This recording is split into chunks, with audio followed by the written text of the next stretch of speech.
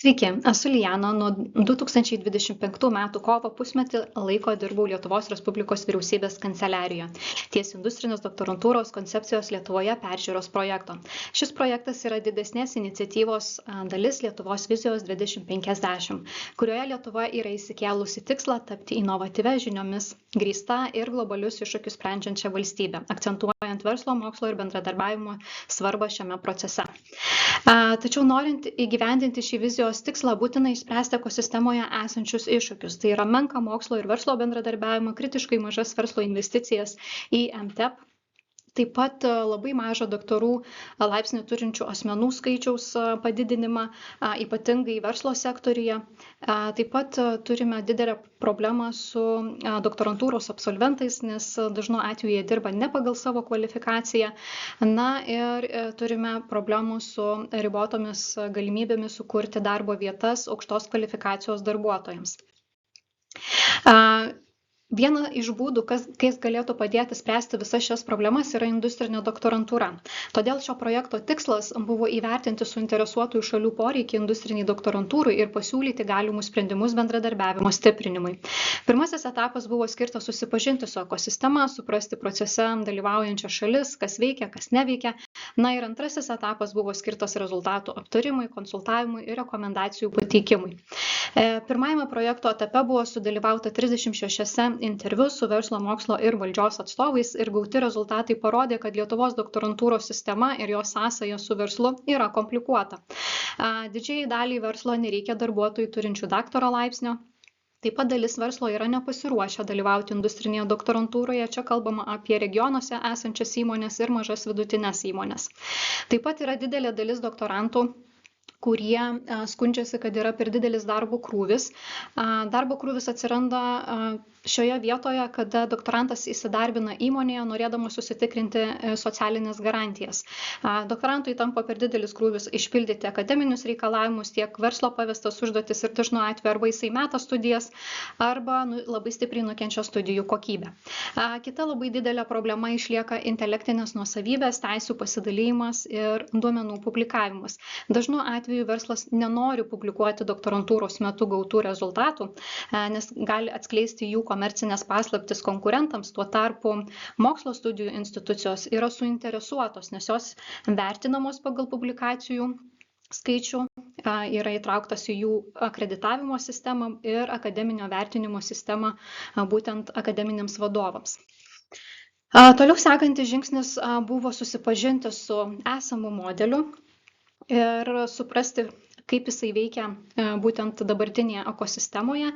Noriu pabrėžti, kad tai nėra industrinė doktorantūra, tai yra labiau apibūdinanti partnerystės ryšį tarp mokslo ir verslo priemonę.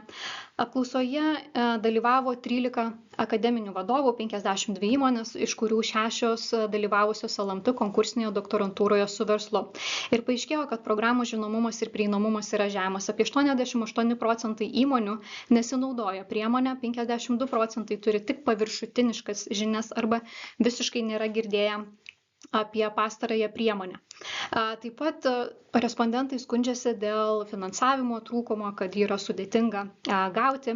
Taip pat reikalinga administracinė pagalba, ypatingai susirandant tiek verslo, tiek mokslo institucijų partnerius, kandidatus, trūksta informacijos apie intelektinės nuosavybės valdymą, projektų valdymą. Taip pat respondentai norėtų, kad būtų supaprastinti biurokratiniai procesai. Čia turima omenyje būtent formaliuosius doktorantūros reikalavimus, kaip publikacijas, embargą, reikalavimus vadovui iš įmonių ir gynimo tvarkai. Taip pat pastebėta, kad šis LMT modelis yra orientuotas būtent į akademinę sistemą, nes šioje sistemoje verslas neturi jokios atsakomybės, visa atsakomybė tenka mokslo ir studijų institucijai, jinai administruoja finansus, visą patį projektus administruoja. Taip pat, jeigu yra nesėkmės atvejis, nukenčia būtent mokslo ir studijų institucija ir akademinis vadovas, nes gauna mažiau kitais metais finansuotinų vietų ir akademiniai vadovui gali būti uždėtas embargas keliems metams dalyvauti panašiuose projektuose. Taip pat respondentai atliepia, kad yra komplikuota temų pateikimo data ir tvarka ir respondentai nori, kad tai būtų atskira priemonė, užtikrinant, kad konkursą laimėtų pirminiai temų iniciatoriai. Taip pat svarbu buvo įvertinti ir įmonių potencialą dalyvauti industrinėje doktorantūroje ir šis potencialas po apklausų paaiškėjo, kad yra labai didelis ir jis kyla iš esamos bendradarbiavimo patirties su mokslo studijų institucijomis, aktyviai vykdomos MTEP veiklos, taip pat daktaro laipsnį turinčių ir dirbančių specialistų kiekio įmonėse. Taip pat buvo labai svarbu įvertinti įmonių finansinį indėlį, ar jos būtų linkusios prisidėti, jei būtų kūrimas industrinės doktorantūros fondas. Ir apie 60% įmonių apsvarstytų galimybę dalyvauti būtent šioje priemonėje, taip pat skirtų lėšų tyrimų reikmėms, kofinansuotų stipendijas, paskirtų vadovą, taip pat parūpintų prieigą prie infrastruktūros ir tyrimų įrangos, ir įdarbintų doktorantą. Kitas svarbus žingsnis buvo išanalizuoti užsienio gerąsias praktikas. Buvo pasirinkta 11 šalių inovatorių ir juose išanalizuoti 17 skirtingų industrinės doktorantūros modelių. Išryškėjo 4 pamatiniai sėkmės principai. Daugumoje šalių doktorantas yra darbuotojas, valstybė ir verslas kartu finansuoja priemonę, dažniausiai valstybė prisideda 50% kaštų, likusią dalį dengia verslas. Taip pat yra numatytos ir paskatos, kurios yra skirtos verslui dalyvauti ir palengvinti jų naštą industrinėje doktorantūroje, kaip mokesčių lengvatos ar mokesčių kreditai. Taip pat intelektinės nuosavybės valdymas yra aiškumas nuo pat pradžių, yra sudaroma trišalė sutartis ir yra taikomas darbdavio principas, kas įdarbina to ir intelektinę nuosavybę, ir yra privaloma dviguba priežiūra - industrinė ir akademinė. Kaip vienas iš projekto rezultatų buvo sukurtas naujas industrinės doktorantūros partnerystės modelis ir pristatytas plačiam suinteresuotųjų šalių ratui. Buvo atlikta ir suorganizuota apvaliojo stalo diskusija, kurios dalyviai iš verslo, mokslo ir valdžios atstovų pritarė, kad modelis tinkamai atliepia dabartinės sistemos iššūkius ir yra geras atspirties taškas tolimesniems diskusijoms. Naująjį modelį sudaro 8 elementai, su kuriais kviečiu susipažinti kurkalta.lt puslapyje. Ir galutinis rezultatas projekto buvo parengtos rekomendacijos, atsižvelgiant į surinktą informaciją ir diskusijos dalyvių įžvalgas. Tai yra siūloma, kad visgi doktorantas būtų darbuotojas, užtikrinant jiems socialinės garantijas ir išvengiant sistemos piktnaudžiavimo. Taip pat yra būtina procese dalyvaujančių šalių švieta bei sklaida apie industrinę doktorantūrą, jos teikiamas naudas. Paraiškų teikimas turi vykti ne mažiau kaip 2 kartus per metus. Reikalavimai publikacijoms išliktų, tačiau kartu būtų pripažintos ir alternatyvios mokslo rezultatų sklaidos formos, tokios kaip patentai ir patentinės paraiškos.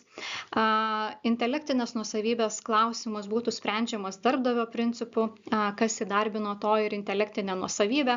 Taip pat programa būtų kuruojama vieno langelio principu, veiktų kaip neutralus mediatorius ir partnerystės fasilitatorius, teiktų paslaugas, ginčių klausimais, rengtų standartizuotus sutarčių šablonus, būtų galima institucijos puslapyje rasti kandidatus tiek iš verslo, tiek iš mokslo. Taip pat šią funkciją galėtų atlikti būtent inovacijų agentūra, kuri glaudžiai bendradarbiauja su verslu ir žino jo poreikius, arba Lietuvos mokslo taryba, kuri turi patirties panašioje priemonėje, kurią kuruoja būtent konkursinę doktorantūrą su verslu. Ir vienas iš svarbiausių turbūt aspektų tai yra finansavimas ir siūloma vykdyti viešo ir privataus sektoriaus partnerystės finansavimo modelio įgyvendinimą, kuriame dalyvautų 2 ministerijos ir verslas. Tai yra, už fundamentalų į krepšelį būtų atsakinga švietimo ir mokslo ministerija, už strateginį krepšelį ekonomikos ir inovacijų ministerija, o verslo indėlis būtų diferencijuotas priklausomai nuo įmonės dydžio, veiklos vietos ir projekto rizikos. Taigi su šiomis rekomendacijomis ir kitais projekto dokumentais kviečiu susipažinti būtent kurk.lt.lt puslapyje arba susisiekti su manimi asmeniškai. Ačiū už dėmesį ir iki.